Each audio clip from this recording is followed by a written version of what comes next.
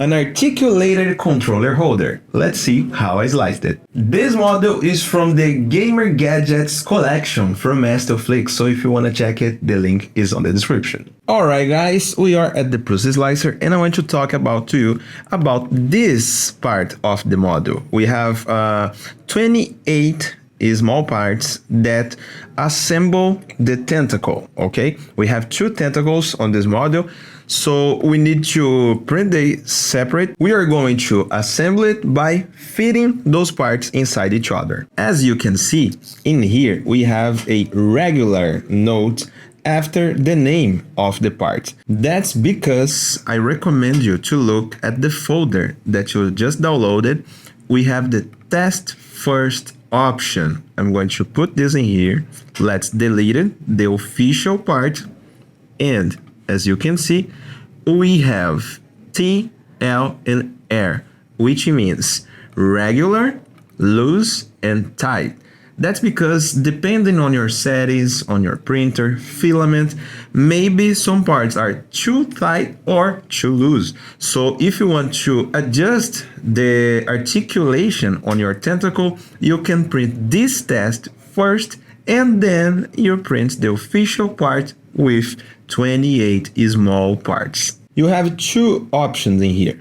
You can print just the regular and see if it works, which will take you like 30 minutes, or you can print three of them and see how works best for you, and then you print the official. Okay, so let's imagine you did three of them and then you notice that the tie is the best for you. So we are going to take all of them out and then we are going to choose the 28 arm joints tied option. Okay, so this is really important for you to have a cool effect of the tentacle, like standing, and you can play around with the movements. Okay, so remember to print the test before the official one. Now the only thing that you need to worry about is to analyze which parts are you going to print with brim and which parts we don't need it. So for this one, I will recommend you to enable it. And I also gonna change my standard profile for the 0.2 millimeters because I don't need so much details in here. It's just a rounded surface. I'm going to enable the brim part in here. 5 millimeters should be fine, and 0.15 because I want to be easier to remove. Let's slice it and we will have something similar to this, okay? So just taking a look on all my standard settings, I usually go with 0.2 millimeters height, the same as first layer. We have 3 perimeters, 7 solid layers at top, 5 at bottom. I usually go with 5% of fill density with gyroid pattern, okay. The speed in my Ender 3v3 SE, I'm going with 90 millimeters per second as a standard. On the small features or small perimeters, 60, and I also reduce on bridge. We don't have bridge in this specific file, but we have other ones that we use, so I usually change only on those ones. And also we have in the advanced extrusion width, which I increase by 20% in the first layer and just 5% in the regular ones. This percentage I am taking from the nozzle diameter, okay? And if you want some advice to organize your build plate, I would not use brim on this file, this one, this, and those two as well. So let's take those off and then we print them later.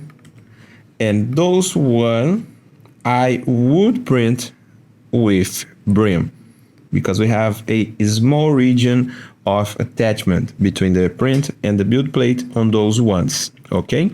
So let's slice it. Will be good for you to print this together because we have some possible overheating regions in here, like small features. If we print like only this model, maybe we don't have enough time to cool it. So let's just organize. I think it will be better like this and also this. Like those ones that have the same height, I usually put them together because we avoid like long travel movements, you know?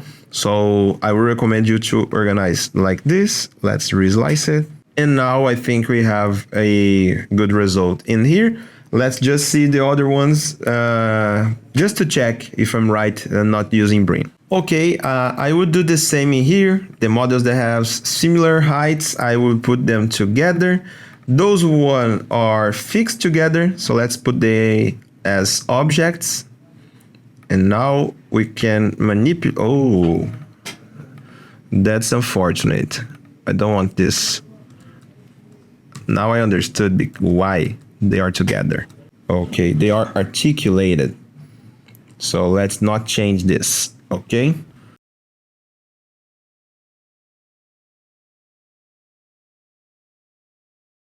And now I think we have the best solution. I just move around some parts and then I rotate them, and now I have all the parts together. So I want to reduce the string, reduce the travel movements, but I also want to put the same height, similar files together.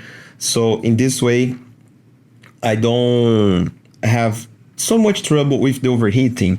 Okay, sometimes if you print a part like this alone, we have overheating on those tips in here. I don't want that happening here, so that's why I'm putting them together.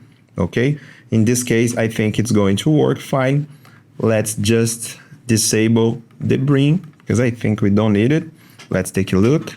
I think we are good because really soon the parts are together. We don't have so much time until the parts are touching each other. So I think in here we are just fine. We can print without brim in this one. Okay guys, I hope you learned something from this video, and I see you in the next one. I hope you guys enjoy it. Those slicing videos are an initiative from STL Academy, which is the educational project from STLFlix. So if you guys want to learn more about 3D printing, you could check our description and look at STL Academy courses. And don't forget, see you guys at the next slicing.